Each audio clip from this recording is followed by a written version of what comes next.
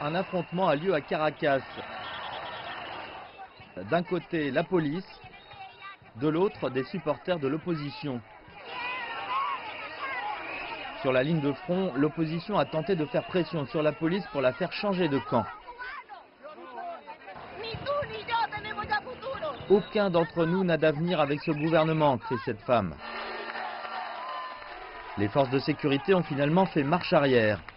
Ces officiers battent en retraite devant les manifestants avant de se regrouper. Quelques kilomètres plus loin, une autre manifestation est organisée par le gouvernement Maduro. Il espère rendre visibles les forces qui lui sont toujours loyales. Mais les autorités sont soumises à rude épreuve. Le Venezuela subit de graves coupures d'électricité, les plus longues et les plus étendues de son histoire. Presque tout le pays est paralysé. Des vols ont été annulés, l'essence vient à manquer, beaucoup d'hôpitaux se sont retrouvés sans électricité. Le gouvernement Maduro accuse les États-Unis, disant que cette centrale hydroélectrique avait été la cible d'une cyberattaque.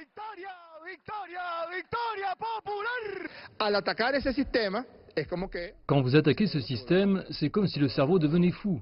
Le système devient fou. Quand le système électronique automatisé est attaqué, les machines s'arrêtent.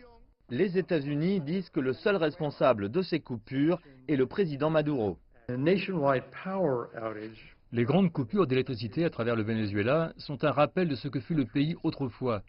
Des infrastructures sophistiquées qui sont tombées en ruine et qui ont périclité sous la mauvaise gestion de Maduro.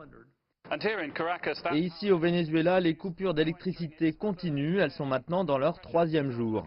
La pression est sur le gouvernement pour que la lumière revienne, s'il ne veut pas que la crise ne dérive vers une nouvelle phase dangereuse.